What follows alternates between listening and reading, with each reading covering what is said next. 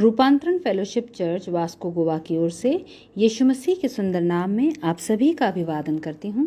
ये संदेश pastor Sunil Francis के संदेश का हिंदी अनुवाद है।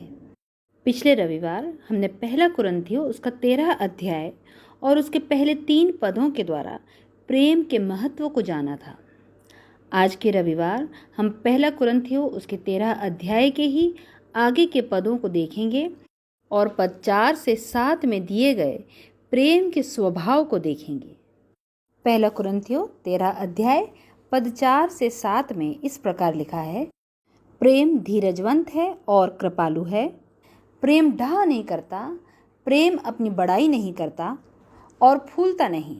वह अनरीति नहीं चलता, वह अपनी भलाई नहीं चाहता, झुंझलाता नहीं, बुरा नहीं मानता, कुकर्म से आनंदित नहीं होता परंतु सत्य से आनंदित होता है। वह सब बातें सह लेता है, सब बातों की प्रतीति करता है, सब बातों की आशा रखता है, सब बातों में धीरज धरता है। इन 4 पदों में प्रेम की लंबी विधिवत रूखी सी परिभाषा नहीं दी गई है, परंतु प्रेमपूर्ण कार्य कैसे किए जाते हैं, प्रेमपूर्ण कार्य करने वाले व्यक्ति का स्वभाव कैसा होता है और किस प्रकार हमें अपना जीवन दूसरों के साथ जीना है, ये बताया गया है। इस संसार में अपना जीवन व्यतीत करते हुए, लोगों के साथ व्यवहार करते हुए हमें उनके प्रति प्रेम प्रदर्शित करना है और उस प्रेम की 15 विशेषताएं इन 4 पदों में बताई गई हैं। आज के संदेश में हम प्रेम की उन्हीं 15 विशेषताओं को देखेंगे। सबसे पहली विशेषता है प्रेम धीरजवंत है। यूनानी भाषा में इसके लिए जो शब्द प्रयोग किया गया है वह है माक्रोतुमिया। प्रेम धीरज के साथ लोगों को सह लेता है। इस शब्द का अर्थ है लोगों के प्रति धीरजवंत होना, ना कि परिस्थितियों के प्रति। प्रेम धीरज धरता है और लंबे समय तक सहता है, चाहे सामने वाले व्यक्ति ने हमें कितना ही कष्ट क्यों ना पहुंचाया हो या उसमें कितनी ही बुराई क्यों ना हो, या चाहे हमारा वो प्रियजन हमारी कितनी ही अनदेखी या हमारा कितना ही तिरस्कार क्यों न करता हो। प्रेम धीरजवंत है और लंबे समय तक सहता है, बिना द्वेष, क्रोध या बदले की भावना के। प्रेम अपने आप को नियंत्रित करता है ताकि सामने वाले व्यक्ति को जीत ले, ताकि उसकी सहायता करे कि वो जी सके, काम कर सके, सेवा कर सके जैसा कि उसे करना चाहिए। यह प्रेम आत्मा का फल है। गलातियों 5 अध्याय पद 22 इस प्रकार कहता है, पर आत्मा का फल प्रेम, आनंद, शांति, धीरज, कृपा, भलाई, विश्वास, नम्रता और संयम है। प्रेम का धीरजवंत होना प्रेम की कमजोरी नहीं है, परंतु आत्मा की सामर्थ है। कुलूसियों के नाम पौलुस प्रेरित की पत्री उसका 1 अध्याय और उसका 11 पद इस प्रकार कहता है, उसकी महिमा की शक्ति के अनुसार सब प्रकार की सामर्थ्य से बलवंत होते जाओ, यहाँ तक कि आनंद के साथ हर प्रकार से धीरज और सहनशीलता दिखा सको। दूसरा तीमुथियुस 4 अध्याय 2 पद कहता है, तू वचन का प्रचार कर, समय और असमय तैयार रहे, सब प्रकार की सहनशीलता और शिक्षा के साथ उलाहना दे और डांट और समझा। प्रेम हमें इसीलिए धीरजवंत और सहनशील बनाता है ताकि हम लोगों को प्रभु के मार्गों की ओर फेर ले आएं। प्रेम की दूसरी विशेषता है प्रेम कृपालु है। कृपालु के लिए जो यूनानी शब्द इस्तेमाल किया गया है वो है क्रस्तुइटाए, जिसमें बहुत से अर्थ निहित हैं, जैसे शिष्ट, अच्छा, उपयोगी, देने वाला, दिखाने वाला और कृपा उंडेलने वाला। प्रेम बुराई का सामना नहीं करता, वो अपनी पीड़ा और अपने तिरस्कार को प्रकट नहीं करता। प्रेम भलाई के साथ सहायता करने के लिए, देने के लिए, कृपा करने के लिए उस व्यक्ति की ओर भी अपना हाथ बढ़ाता है जो अनदेखी करता है, चोट पहुंचाता है। रोमियो 12 अध्याय 10 पद कहता है, भाईचारे के प्रेम से एक दूसरे से स्नेह रखो, परस्पर आदर करने में एक दूसरे से बढ़े चलो। और इफिसियों 4 उसका 32 पद कहता है, एक दूसरे पर कृपालु और करुणामय हो और जैसे परमेश्वर ने मसीह में तुम्हारे अपराध क्षमा किए, वैसे ही तुम भी एक दूसरे के अपराध क्षमा करो। प्रेम की तीसरी विशेषता है कि प्रेम डाह नहीं करता। डाह के लिए जो यूनानी शब्द इस्तेमाल किया गया है वो है ज़िलोई। प्रेम ईर्ष्या नहीं करता। प्रेम दूसरे व्यक्ति के प्रति जलन की भावना नहीं रखता। उसकी उपलब्धियाँ, उसके पद, उसके वरदानों, उसकी प्रसिद्धि, उसकी काबिलियत और उसकी संपत्ति के कारण। प्रेम ईर्ष्या नहीं करता, न प्रहार करता है, न ही कम आंकता है दूसरों की सफलता को और दूसरों की उपलब्धियों को, उनकी काबिलियत को। प्रेम दूसरों की भलाई में और दूसरों के आनंद में आनंदित होता है। गलातियों 5:26 कहता है, हम घमंडी होकर न एक दूसरे को छेड़ें और न एक दूसरे से डाह करें। दाऊद भी भजन संहिता 37 और उसके 1 पद में कहता है, कुकर्मियों के कारण मत कुढ़, कुटिल काम करने वालों के विषय में डाह न कर। सुलेमान नीति वचन 3 अध्याय और उसके 31 पद में कहता है, उपद्रवी पुरुष के विषय में डाह न करना, न उसकी सी चाल चलना। और नीति वचन के 14 अध्याय के 30 पद में कहता है, शांत मन तन का जीवन है, परंतु मन के जलने से हड्डियां भी जल जाती हैं। फिर 23 अध्याय के 17 पद में परमेश्वर का वचन कहता है, तो पापियों के विषय में मन में डाह न करना, दिन भर यहोवा का भय मानते रहना। प्रेम और ईर्ष्या एक संग नहीं चल सकते। जहाँ प्रभु का प्रेम है वहाँ ईर्ष्या का कोई काम नहीं। प्रेम की चौथी विशेषता है, प्रेम अपनी बड़ाई नहीं करता। बड़ाई करने के लिए जो यूनानी शब्द इस्तेमाल किया गया है वह है पियोपेरोटिया। प्रेम डींगे नहीं मारता। प्रेम अपनी पहचान स्थापित करने की चेष्टा नहीं करता। ना प्रेम दूसरों से प्रशंसा और सम्मान की आशा रखता है। इसके विपरीत प्रेम तो चाहता है दूसरों को आदर देना, दूसरों को स्वीकार करना, दूसरों की प्रशंसा करना। रोमियो 12 अध्याय और उसके 3 पद में पौलुस कहता है, क्योंकि मैं उस अनुग्रह के कारण जो मुझको मिला है तुम में से हर एक से कहता हूँ कि जैसा समझना चाहिए उससे बढ़कर कोई भी अपने आप को न समझे, पर जैसा परमेश्वर ने हर एक को विश्वास परिमाण के अनुसार बांट दिया है, वैसे ही सुबुद्धि के साथ अपने आप को समझे।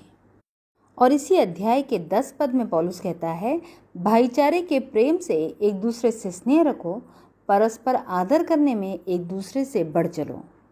फिलिपियो 2 अध्याय के 3 पद में पौलुस कहता है, विरोध या झूठी बड़ाई के लिए कुछ न करो, पर दीनता से एक दूसरे को अपने से अच्छा समझो।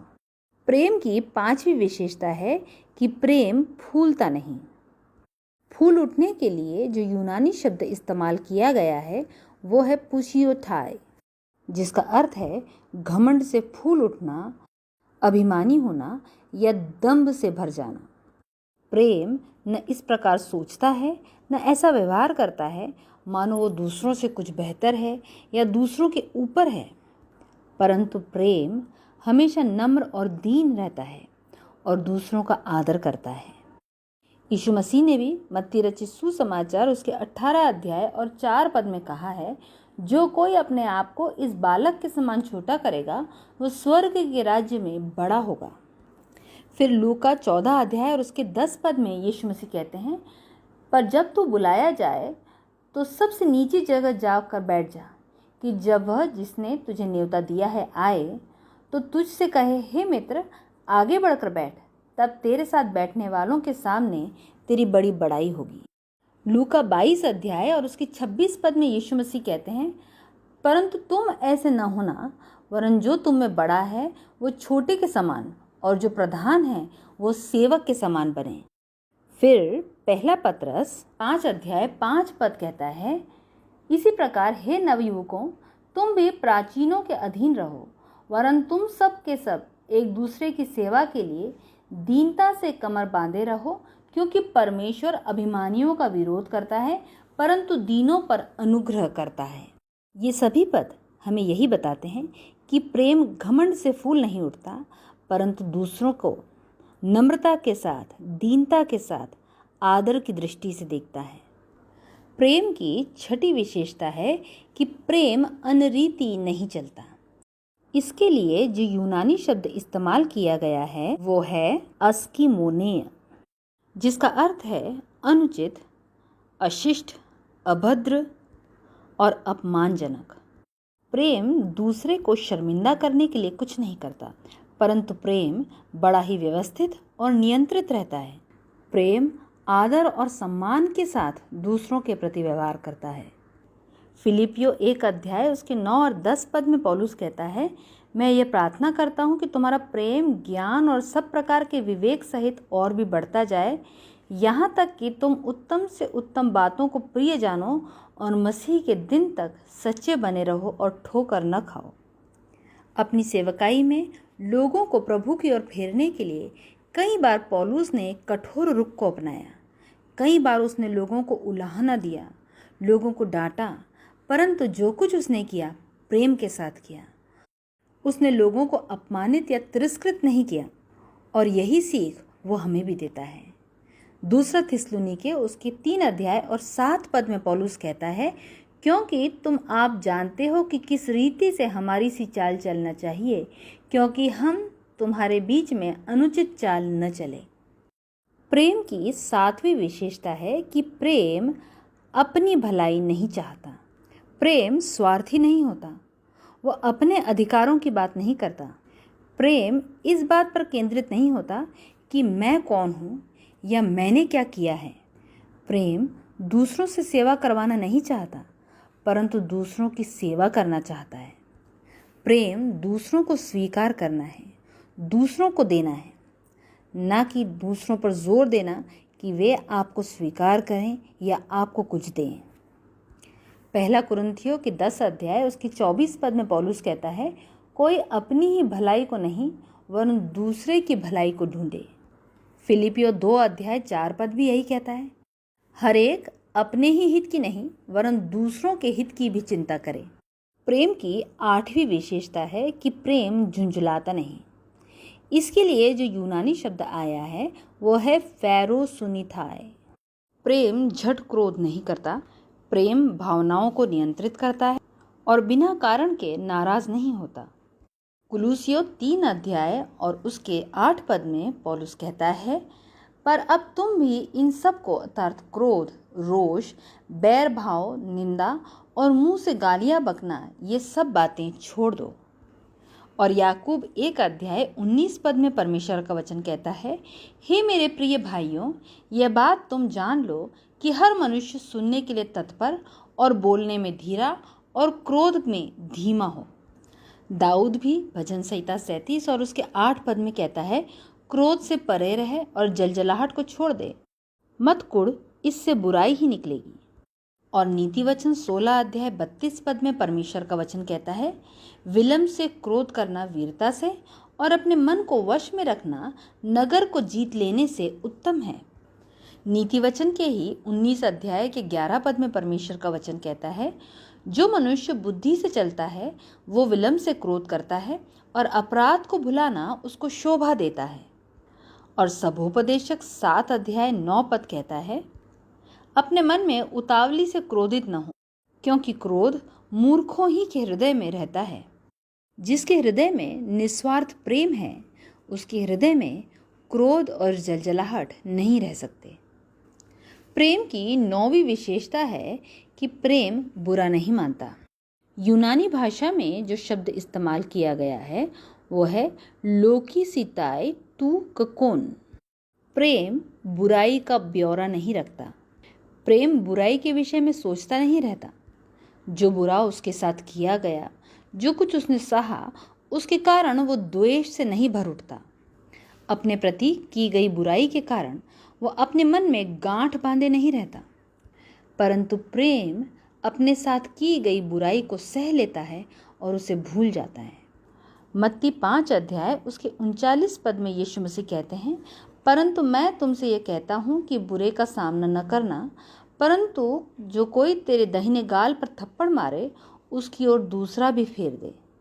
रोमियो 12 अध्याय के 17 पद में परमेश्वर का वचन कहता है, बुराई के बदले किसी से बुराई न करो।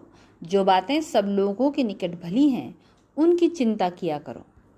पहला थिस्सलुनीके उसका 5 अध्याय और उसका 15 पद कहता है, सावधान, कोई किसी से बुराई के बदले बुराई न करे, पर सदा भलाई करने पर तत्पर रहो।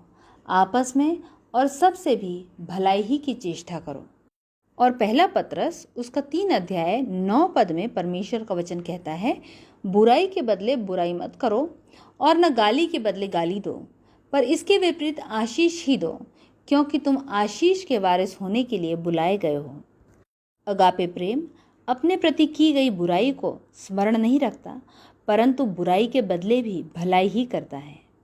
प्रेम की 10वीं विशेषता है कि प्रेम कुकर्म से आनंदित नहीं होता, और इसके लिए जो यूनानी शब्द इस्तेमाल किया गया है वह है एडिकिया, जो इस्तेमाल किया जाता है अधार्मिकता, दुष्टता और बुरे कार्यों के लिए। प्रेम दूसरों के अभक्तिपूर्ण अधार्मिकता के कार्यों से और पापों से आनंदित नहीं होता। ये मनुष्य का स्वभाव है कि हम बुराई की त्रासदी, चाहे वो व्यक्तिगत पाप हो या कोई प्राकृतिक आपदा हो, उसके विषय में बात करने में ज़्यादा मन लगाते हैं। यदि हम समाचार चैनलों को देखें या समाचार पत्रों को पढ़ें या आपसी बातचीत के विषयों को देखें, तो हम पाएंगे कि ये सारे विषय किसी बुरी घटना पर ही केंद्रित होते हैं, किसी की कमी या किसी की बुराई पर केंद्रित होते हैं। पर परमेश्वर का वचन हमें क्या कहता है? मत्ती 7 अध्याय 3 पद में लिखा है, तू क्यों अपने भाई की आँख के तिनके को देखता है और अपनी आँख का लट्ठा तुझे नहीं सूझता? रोमियो 15 अध्याय 1 पद कहता है, अतः हम बलवानों को चाहिए कि निर्बलों की निर्बलताओं को सहें, न कि अपने आप को प्रसन्न करें। गलातियों 6 अध्याय 1 पद कहता है, हे भाइयों, यदि कोई मनुष्य किसी अपराध में पकड़ा भी जाए, तो तुम जो आत्मिक हो, नम्रता के साथ ऐसों को संभालो और अपनी भी चौकसी करो कि तुम भी परीक्षा में न पड़ो। और पहला पत्रस 4 अध्याय 8 पद कहता है, सब में श्रेष्ठ बात यह है कि एक दूसरे से अधिक प्रेम रखो, क्योंकि प्रेम अनेक पापों को ढांप देता है।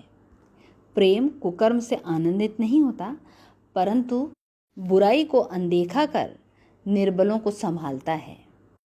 प्रेम की 11वीं विशेषता है, प्रेम सत्य से आनंदित होता है। इसके लिए जो यूनानी शब्द इस्तेमाल किया गया है वह है अलिथिया। प्रेम आनंदित होता है जब सत्य पहचाना जाता है और सत्य की जीत होती है।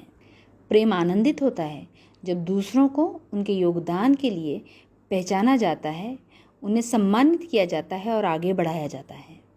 प्रेम आनंदित होता है जब सच जड़ पकड़ता है एक मनुष्य में या संसार के लोगों में। इस बात का ध्यान रखें, प्रेम सच को ढांपता नहीं है, परंतु प्रेम साहस के साथ सच का सामना करता है।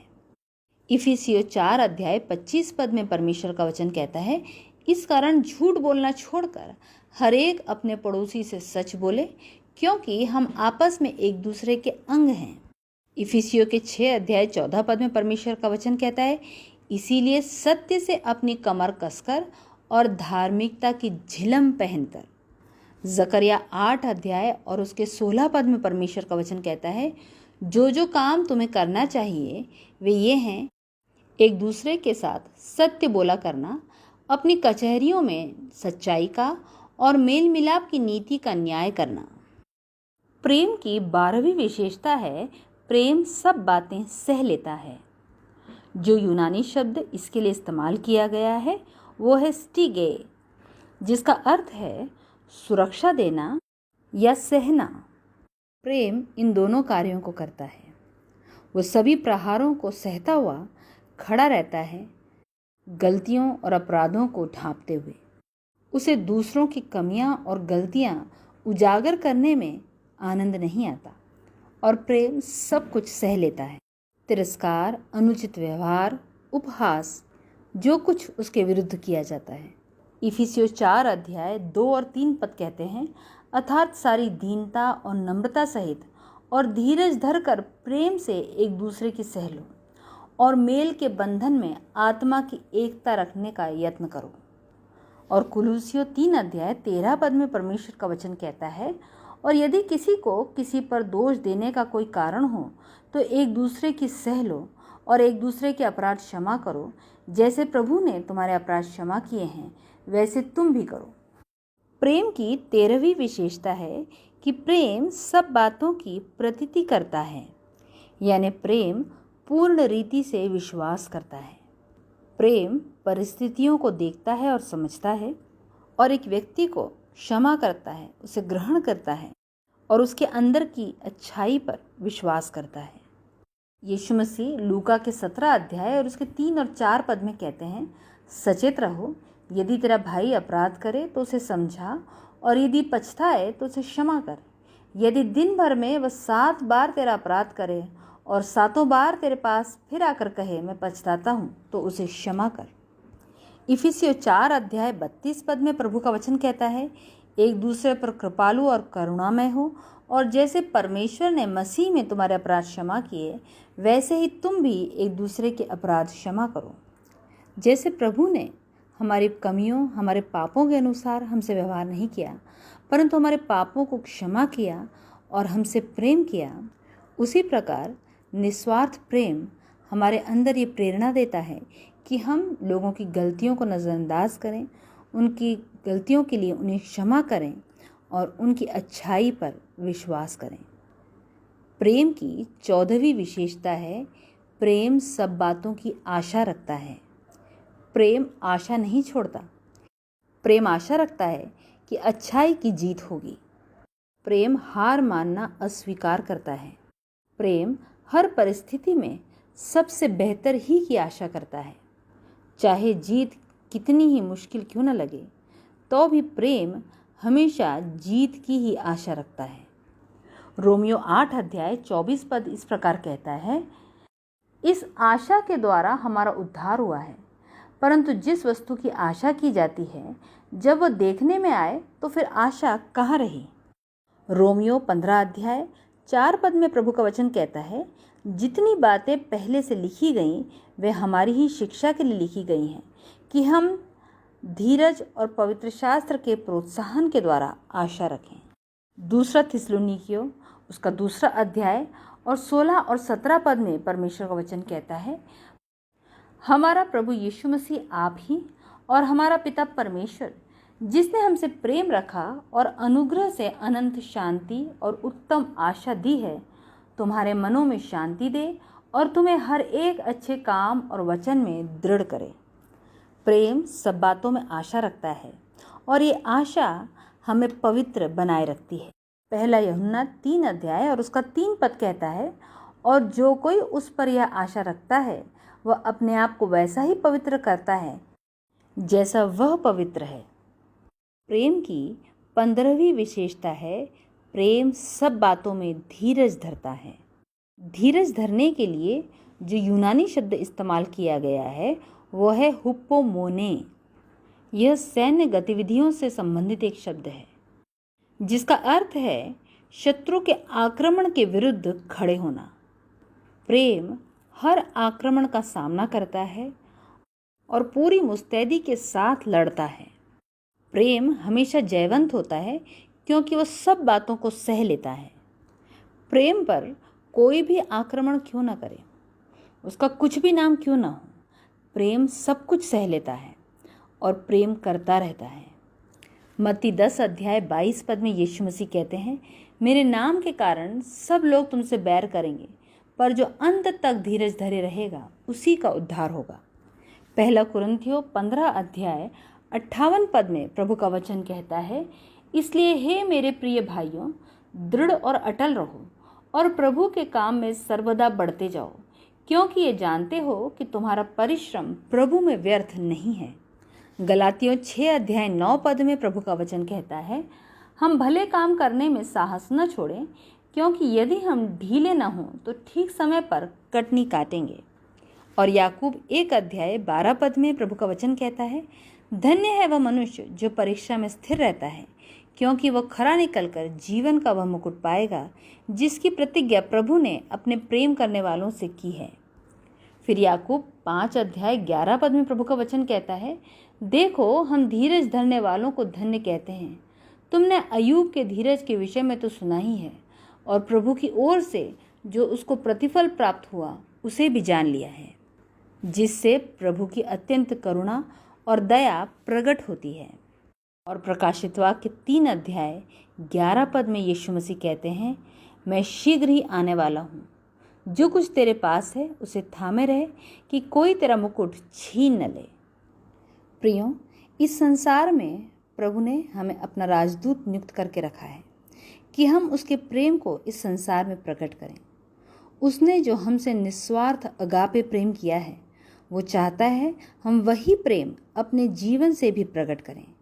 भले संसार हमारे प्रेम को न समझे, हमारे प्रेम का बदला प्रेम से न दे, पर हम दृढ़ता के साथ प्रभु के प्रेम में बने रहें, क्योंकि यीशु मसीह ने स्पष्ट कहा है, मेरे नाम के कारण सब लोग तुमसे बैर करेंगे, पर जो अंत तक धीरज धरे रहेगा उसी का उद्धार होगा। आइए हम प्रार्थना करें। प्रेमी यीशु मसीह, दीनता के साथ आपके चरणों में आते हैं, आपका धन्यवाद देते हैं आपके अनुग्रह के लिए, आपके प्रेम के लिए, जिसके द्वारा आपने हमारे तमाम अपराधों को क्षमा किया और हमें अपनी निज संतान बना लिया। प्रभु, हम कमज़ोर हैं, हम में बहुत सी कमियां हैं, हम अधूरे हैं। आपसे विनती करते हैं, आप अपने प्रेम को हमारे अंदर उंडेलिए ताकि हमारा अधूरापन मिट जाए। और प्रभु, हम आपकी ज्योति को, आपके प्रेम को इस संसार में फैलाने वाले बने। यीशु मसीह के नाम में आमीन।